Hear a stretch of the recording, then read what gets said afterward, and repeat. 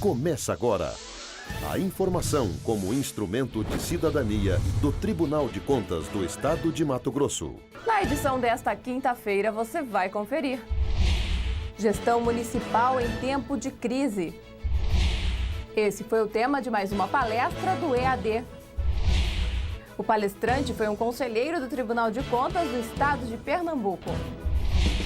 É o TC Notícias do dia 27 de dezembro que está no ar.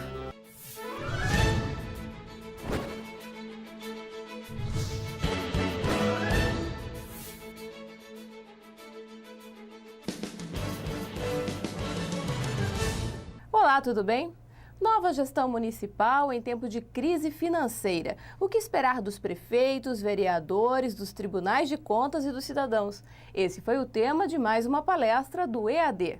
Nós acabamos de ter, em 2012, as eleições municipais. Uma safra de mais de 5 mil prefeitos irão iniciar agora novos mandatos, né? Novos mandatos.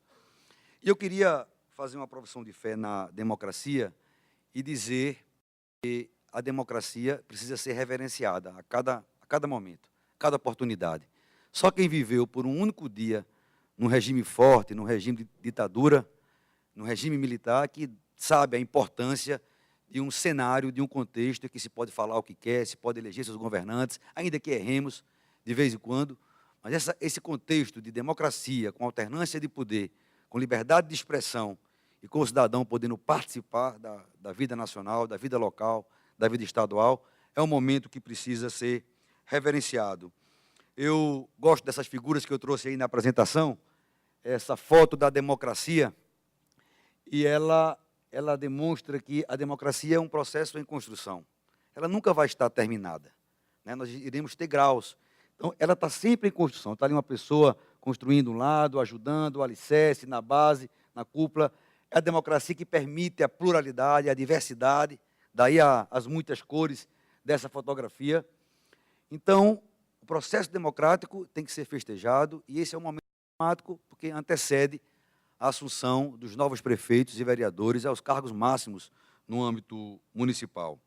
E aí, ao mesmo tempo, há uma esperança renovada, né? Se muda a gestão, a esperança se renova de que os problemas sejam melhor enfrentados, de que as prioridades sejam melhor escolhidas, de que haja mais eficiência, de que haja menos desperdício de recurso público.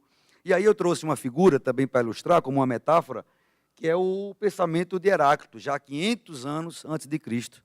Heráclito falava que tudo muda, tudo está em mudança, exceto a própria mudança, que seria imutável, mas tudo flui. E ele faz essa metáfora com o rio. Ele diz, se você vai, se um ser humano entra no rio pela segunda vez, ele não está entrando no mesmo rio, nem ele é mais a mesma pessoa. Ele já mudou no segundo momento, e o rio também já não é o mesmo. É o eterno devir, né? É a eterna mudança, às vezes dialética, às vezes com passos atrás, resolvendo tensões, no contexto de tensões, de crises, que também significa oportunidades, mas a mudança é natural ao ser humano. É o eterno devir, não é? Como diria Mercedes Souza, tudo cambia. Né? E esse momento é um momento de esperança, inclusive para os prefeitos que são, como eu falei aqui no início, reeleitos.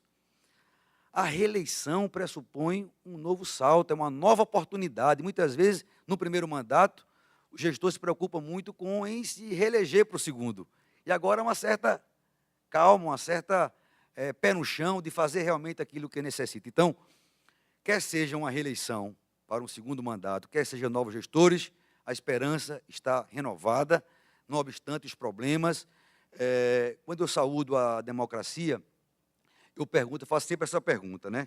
Nos últimos 25 anos, desde a redemocratização, que se inicia ali com a já constituinte, primeiras eleições livres, de 89, no âmbito da presidência da República, eu pergunto, tanto no nível institucional, né, no nível da gestão pública, no nível dos órgãos de controle, da própria sociedade, da imprensa, o que está pior?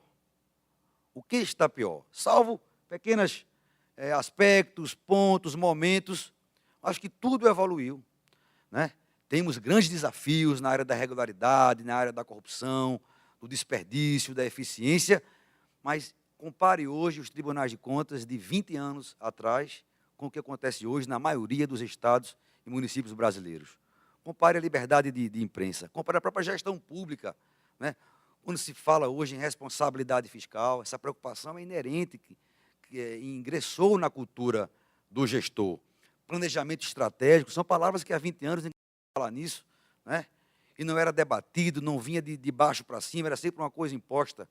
Então, o fato é que fica aqui o registro de falar em novos gestores, de falar em novo papel dos tribunais de contas, do próprio cidadão.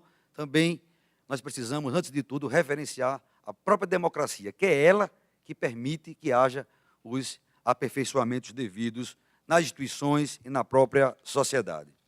E aí eu caminho para a questão da crise financeira. Vou passar o próximo slide. Quando eu começo a contextualizar a crise financeira antes de falar do papel dos atores principais do processo, que seriam os gestores, incluindo aí os vereadores, que também, de certa forma, participam da gestão, e do processo legislativo, do processo fiscalizador, do Tribunal de Contas e do cidadão. Ora, é inegável que hoje o mundo vive crise financeira, é de natureza global. Essa crise, ela se inicia com a bolha imobiliária americana, 2007 e 2008, os Estados Unidos. Depois tivemos agora, mais recentemente, 2011 e 2012, mais agudo, a crise da Europa.